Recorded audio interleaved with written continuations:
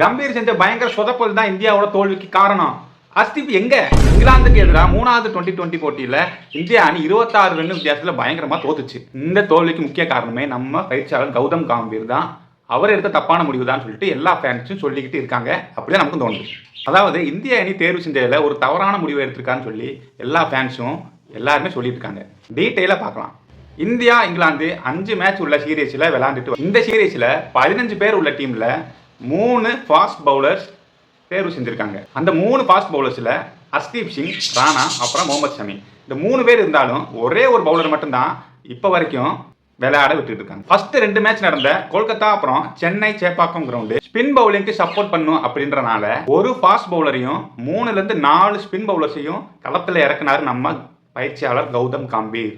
அது நம்ம இந்தியன் டீமுக்கு பயங்கர சாதகமாக அமைஞ்சு ஃபர்ஸ்ட் 2 மேட்ச் வின் பண்ணி அபார ஆட்டமாக ஆடிச்சு இந்தியா.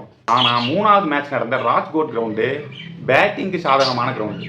அது கௌதம் கம்பீருக்கு தெரியும். ஏன்னா அவர் பயங்கர எக்ஸ்பீரியன்ஸ்டான ஒரு பிளேயர். அங்கே 3லேருந்து 4 ஸ்பின் பவுலர்ஸ் ட்ரை பண்ணுறது பேட்ஸ்மேன் அடின்னு அடிக்கிறதுக்கு பயங்கர சாதகமாக அமைச்சு இங்கிலாந்து பிளேயர்ஸ்க்கு.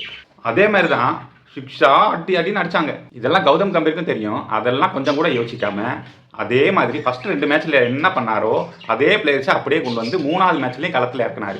அதுலேயே ஒரே ஒரு ஃபாஸ்ட் பவுலர் முகமது ஷமி மட்டும்தான் ஃபுல் டைம் பவுலராக ஃபாஸ்ட் பவுலிங் பண்ணியிருந்தார். ஹார்திக் பாண்டியா இருந்தாலுமே அவர் ஆல்ரவுண்டர்ன்றனால அவரால் பெரிய அளவில் சாதிக்க முடியாது. முதல் 2 போட்டிக்கு இங்கிலாந்து டீமுக்கு சிம்ம சுப்பனமாக இருந்த ஹர்ஷீப் சிங்கை ஓய்வில் உட்கார வச்சிட்டாங்க. 14 மாதத்துக்கு அப்புறம் முகமது ஷமி ரீஎன்ட்ரி கொடுத்தாரு. அதாவது கம்பேக் கொடுத்தாரு இந்தியாவுக்கு. அவர் இத்தனை மாதத்துக்கு அப்புறம் திடீர்னு வந்தனால அவரால் பெருசாக எதுவுமே கண்ட்ரோல் பண்ண முடியல ரன்ஸை. அதே மாதிரி நம்ம எதிர்பார்த்த மாதிரி ராஜ்கோட் கிரவுண்டில் ஸ்பின் பவுலர்ஸான வாஷிங்டன் சுந்தர் அப்புறம் ராணா 2 பேர் பவுலிங்கையும் துவம்சம் பண்ணிட்டாங்க இங்கிலாந்து பிளேயர்ஸ். அதில் வருண் சக்கரவர்த்தி மட்டும்தான் தப்பிச்சு 24 ரன் மட்டுமே கொடுத்து ஒரு 5 விக்கெட் எடுத்து நல்லபடியாக விளையாண்டார்.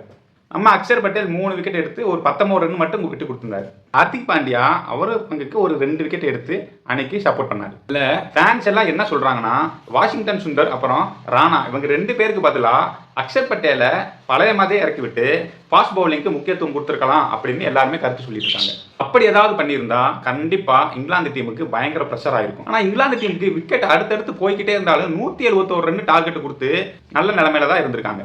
இதில் என்ன ட்விஸ்ட்னா இந்தியன் டீம் பண்ண அந்த தப்பை இங்கிலாந்து டீம் பண்ணவே இல்லை. ஒரே ஒரு ஸ்பின் பவுலர் அப்புறம் 4 ஃபாஸ்ட் பவுலர் இந்த கிரவுண்டுக்கு தேவை அப்படின்னு சொல்லி 4 ஃபாஸ்ட் பவுலரை இறக்கி இந்தியன் டீமை முடிச்சுட்டாங்க.